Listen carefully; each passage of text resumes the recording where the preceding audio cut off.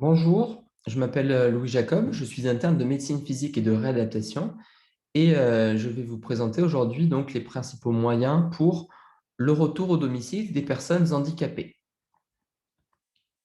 Les connaissances à acquérir aujourd'hui donc incluent donc les définitions des différentes aides, l'orientation des personnes vers les instances compétentes pour la réadaptation et enfin la notion des temps.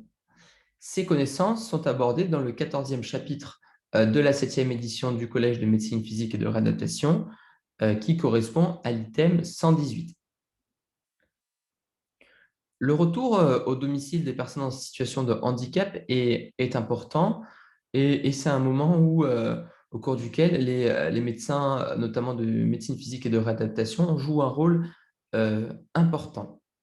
Par exemple, si on considère un individu qui a présenté un accident vasculaire cérébral, qui a été pris en charge à l'hôpital qui va revenir au domicile, euh, ce domicile peut ne plus être adapté à ce patient qui peut être, ou cette patiente qui peut être hémiplégique et qui peut également présenter des troubles neurocognitifs. Donc, c'est pour ça qu'il faut s'assurer que le domicile des patients est toujours adapté et notamment adapté à leur handicap est également susceptible d'évoluer.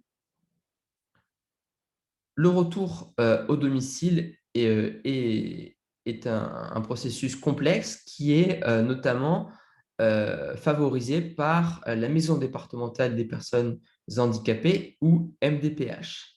La MDPH est une institution qui a été créée suite à la loi du 11 février 2005 et qui, à l'échelle départementale, accueille, informe, accompagne et conseille les personnes handicapées et leurs familles. Par ailleurs, la MDPH attribue des droits aux personnes handicapées par l'intermédiaire de la CDAPH, CDAPH pour Commission des droits et de l'autonomie des personnes handicapées. La MDPH travaille de façon pluridisciplinaire et élabore un plan personnalisé de compensation du handicap ou PPC. Par ailleurs, la MDPH est responsable de la délivrance de ce qu'on appelle de la PCH pour prestation de compensation du handicap. Il existe deux types de PCH. Donc, les PCH, ce sont des aides financières. PCH aide humaine, donc pour financer une aide humaine, par exemple, une tierce personne.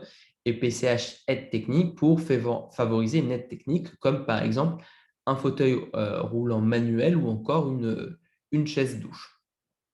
Enfin, la MDPH est également responsable de la délivrance des cartes mobilité inclusion, les CMI, comme par exemple la carte de stationnement, et de l'AAH pour l'allocation adulte handicapé, qui correspond à un revenu mensuel de plusieurs centaines d'euros pour aider les personnes en situation de handicap. Les aides humaines jouent un rôle important dans le retour, également dans le retour des personnes en situation de handicap au domicile. Il existe deux types d'aides humaines, ce qu'on appelle les aides humaines dites formelles ou professionnelles et qui sont rémunérées, comme par exemple les infirmiers, et les aides humaines informelles qui ne sont pas rémunérées, qui correspondent le plus souvent au conjoint ou à la famille proche. Quand vous serez amené à voir en consultation des patients avec un handicap, il est particulièrement important d'évaluer ces aides humaines, et en particulier les aides humaines dites informelles, et d'évaluer également, euh, de voir comment on peut aider ces aides humaines informelles pour qui souvent il existe une charge euh, physique et émotionnelle importante en relation au handicap du, du patient. Concernant donc les aides humaines formelles, donc c'est souvent donc des infirmiers diplômés d'État et des aides-soignants diplômés d'État également, qui sont responsables de la surveillance de la prise régulière du traitement, des soins de pansement, de la réalisation des sondages urinaires ou encore des soins de trachéotomie, et enfin de l'aide à la toilette et à l'habillage. Les aides humaines peuvent également inclure donc une tierce personne, qui peut être donc un membre de la famille ou une auxiliaire de vie, pour les actes de la vie quotidienne, comme la toilette, l'habillage ou la prise des repas.